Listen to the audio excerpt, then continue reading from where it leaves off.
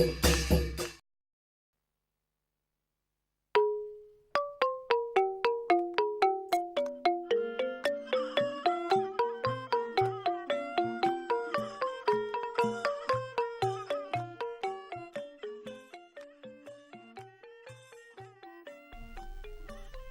ืองหลวงพระบาง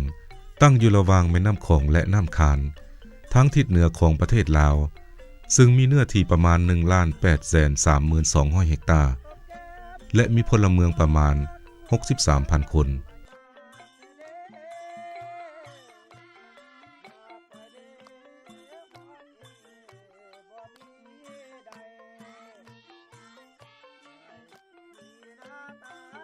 เมืองหลวงพระบางนอกจากจะอุดมหั่งมีไปด้วยทรัพยากรและทิวทัศน์ทางธรรมชาติแล้วยังเต็มไปด้วยศิลปะวัฒนธรรมอันเก่าแก่พร้อมทั้งฮีตของประเพณีอันแสนงดงามและก็ยังมีวัดวาอารามที่สร้างเป็นมิ่งขวัญของชาวเมืองหลวงพระบางจนเท่าทุกวันนี้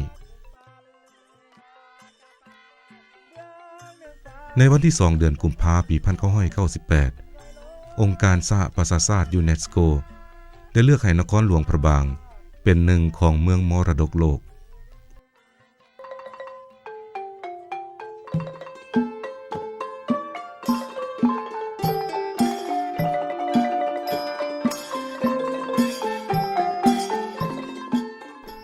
เมืองหลวงพระบางแต่ก่อนเพิ่นเอิ้นกันว่าเมืองสัวเมืองเสียงดงหรือเมืองเสียงทองตามพงศาวดารกล่าวไว้ว่าเมืองหลวงพระบางนี้เอิ้นว่าเมืองสัวก็เพราะว่าปฐมวงศ์ตระกูลที่เคยปกครองนครนี้ชื่อว่านันทาสัวภายหลังมาเมื่อปีคศ 1501 พระเจ้าวิสุณราชได้อัญเชิญเอาพระบางจากเมืองเวียงคำคือนครหลวงเวียงจันทน์ในปัจจุบันขึ้นเมื่อประดิษฐานไว้ที่วัดมณฑลเสียงทอง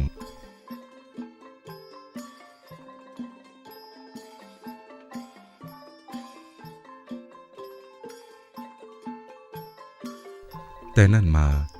คนทั้งหลายจึงเอิ้นว่าเมืองพระบางเพราะว่าพระบางประดิษฐานอยู่ที่นั่นและต่อมาเมื่อปีคศ 1560 พระเจ้าไสยเศรษฐาธิราชได้ย้ายนครหลวงลงไปตั้งอยู่เวียงจันทน์และได้เว้นเค้นให้พระบาง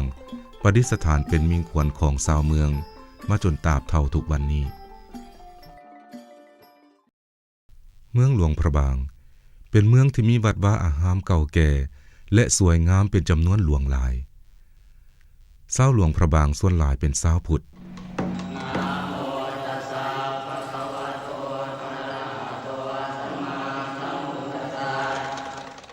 การตักบาตรตอนเช้าและการบิณฑบาตของพระสงฆ์จึงเป็นกิจกรรมประจำวันของชาวเมืองหลวงพระบางในการเริ่มวันใหม่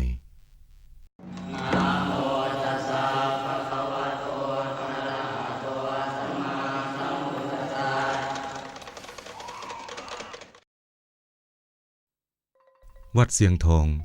ตั้งอยู่ระหว่างปากแม่น้ำคานและแคมฝั่งแม่น้ำโขงพระเจ้าไสยเศรษฐาธิราชได้สร้างพุทธสิมานี้ขึ้นมาในปี 1560 วัดนี้นอกจากจะเน้นให้เห็นถึงศิลปะการออกแบบของยุคลาวล้านสร้างแล้วยังได้บ่งบอกถึงความเจริญรุ่งเรืองในสมัยอดีต 440 ปีผ่านมาบ่ว่าจะเป็นทางด้านศิลปะวัฒนธรรมความเจริญรุ่งเรืองในสมัยนั้น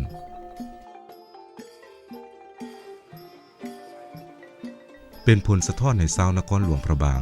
มีจิตใจเลื่อมใสในพระพุทธศาสนาเป็นอย่างยิ่งซึ่งพวกเขาสามารถเบิ่งเห็นได้ตามวัดวาอารามและสิ่งก่อสร้างอ้อมตัวเมืองดังกล่าว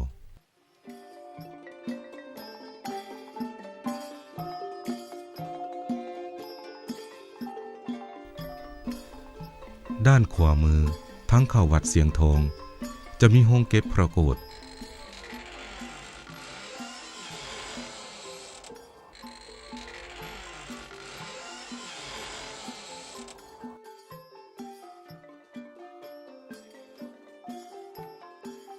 พระโกฐนี้ใส่ในพิธีแห่พระศพของพระเจ้ามหาสิบิตที่สวรรคตแล้วพระราชโอรสที่ใส่เคลื่อนย้ายพระโกฐนี้ขวัดโดยไม้เป็นรูปพญานาค7 หัวด้วยสีมือปราณีต และสวยงามที่สุดซึ่งออกแบบและขวดโดยเพียตันสร้างขวดศิลปะลายลาวที่มีชื่อเสียงโด่งดังที่สุดในนครหลวงพระบาง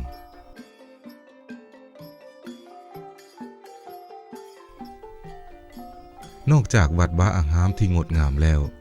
หลวงพระบางยังมีเคหสถานที่สวยงามสร้างขึ้นสมัยก่อนและระวางเป็นหัวเมืองขึ้นของฝรั่งเศสอาคารเหล่านี้ออกแบบรูปทรงแตกต่างไปกับเมืองลาวทั่วไปซึ่งบ่งบอกถึงอิทธิพลหัวเมืองขึ้นในสมัยนั้น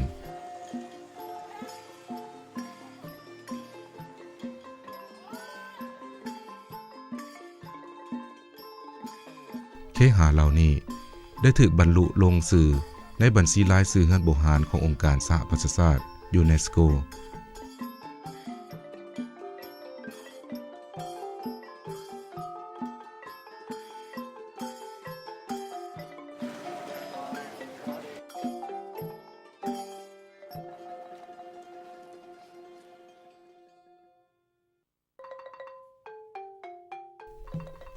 คันได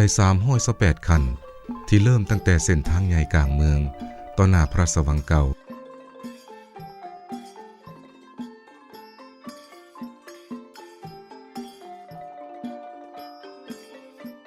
แล้วค่อยๆคดโค้งตามขอบภูสีจนถึงจอมภูซึ่งท่านจะสามารถมองเห็นทิวทัศน์ของนครหลวงพระบางได้อย่างสวยงามถึงจอมภูนี้จะมีพระธาตุใหญ่สูงถึง24 เมตรประดิษฐานอยู่พระธาตุจอมศรีนี้สร้างขึ้นในปี 1804 โดยพระเจ้าอนุรุตและได้ถูกซ่อมแซมคืนใหม่ในปี 1914 โดยเจ้ากรมคุณดวงจันทร์หัวหน้ากลุ่มการศาสนาหอสนามหลวงในพระบรมมหาราชวัง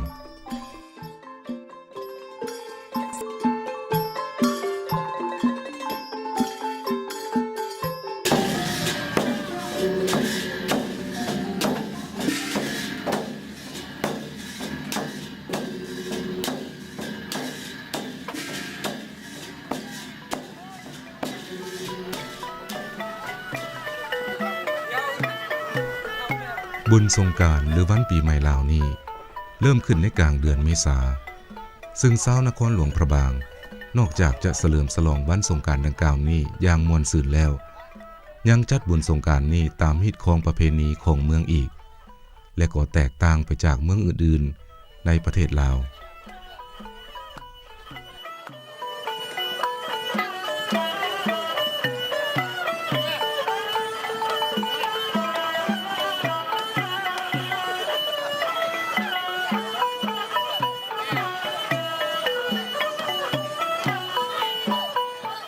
พิธีโลลาดหรือไปเลาะตลาดนี้ก็เพื่อให้ชาวนครหลวงพระบางไปเตรียมหาซื้อสิ่งของที่จำเป็นเพื่อไปใช้ในกิจกรรมของวันดังกล่าวเส้นเสื้อผ้าอาภรณ์แผ่นแพรนุ่งห่มนกป่าหอยเต่าเพื่อนำเอาไปปล่อย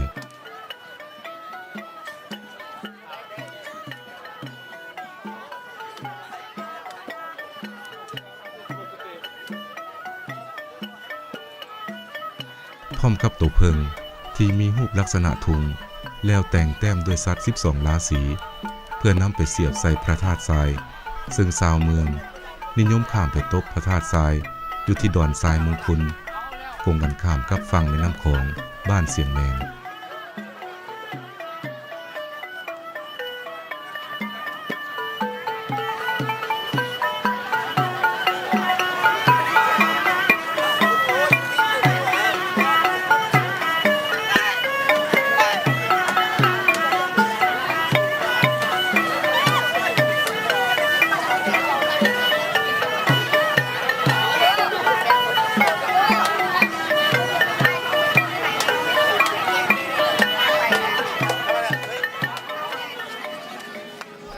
นอกจากนี้ยังมีบรรดาพี่น้องเผ่ามงลาวเทิงที่เข้ามาร่วมในการฉลองและครบงานนี้อีก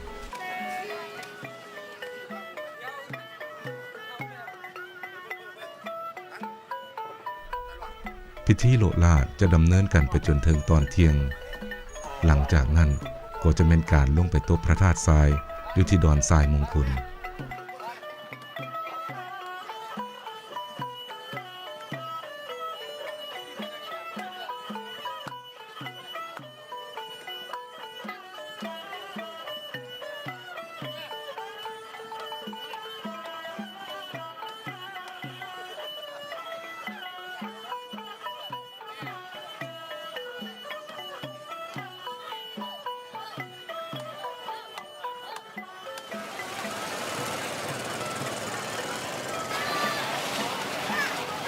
เรือหางยาวแต่ละลำทยอยนำส่งผู้โดยสารจากฝั่งหนึ่ง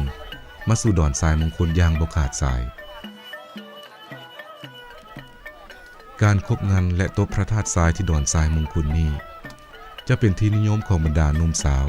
และพี่น้องชาวหลวงพระบางเป็นอย่างยิ่ง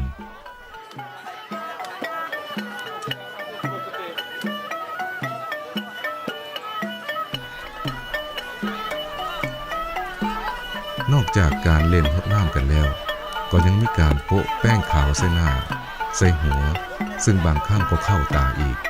และก็จะบ่มีการยกเว้นแม้กระทั่งนักท่องเที่ยว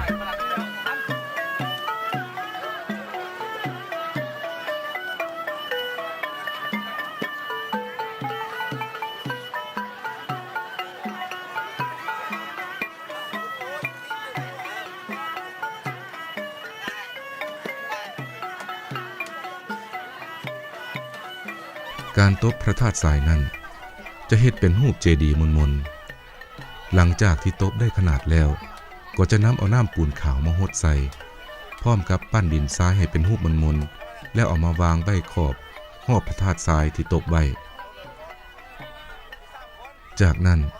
ก็นำเอาทุ่งโตเพิงมาเสียบใส่พระธาตุทรายเหล่านี้ตามโบราณเชื่อกันว่า